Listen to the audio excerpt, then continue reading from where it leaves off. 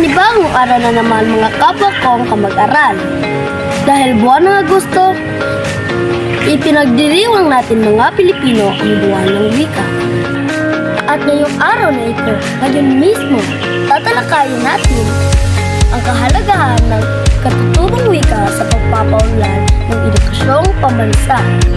Pero bago ang lahat, kung umabot ka sa video ko ito, paki-like, share, naman para maraming kabataan tulad ko ang makapanood nito. Kaya simulan na natin. Ano ba ang kahalagahan ng katutubong wika sa pagpapaunlad ng edukasyong pambansa? Pero ano nga ba ang wikang pambansa at sino ang nagdeklara nito? Tara, alamin natin.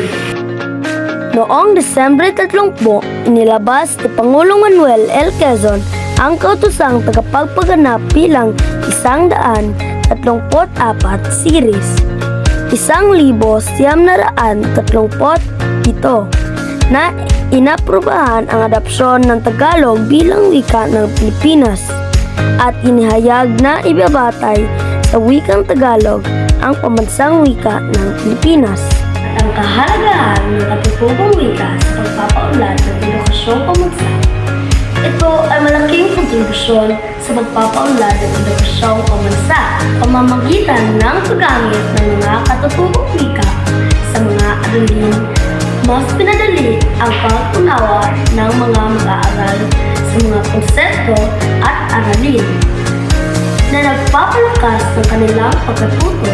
Bukod dito, ang pagpapalaganap ng katutubong wika ay nagtataguyod ng pagkakakilanlan at pamamataas sa sariling kultura. Ang paggamit ng katutubong wika sa mga paaralan ay nagpapalakas ng pag-unawa at pagmalikhain ng mga mag-aaral. Bukod dito, ang pagtuturo sa katutubong wika ay nakakatulong sa pagpapanatili at pagpapalaganap ng kultura at kasanayan. Ang integrasyon ng katutubong wika sa edukasyon ay hindi lamang nag-e-enhance ng akademikong pagganap, kundi nagbibigay din ng mas malalim na koneksyon sa sariling kultura at kasaysayan. Mabuhay tayong mga Pilipino!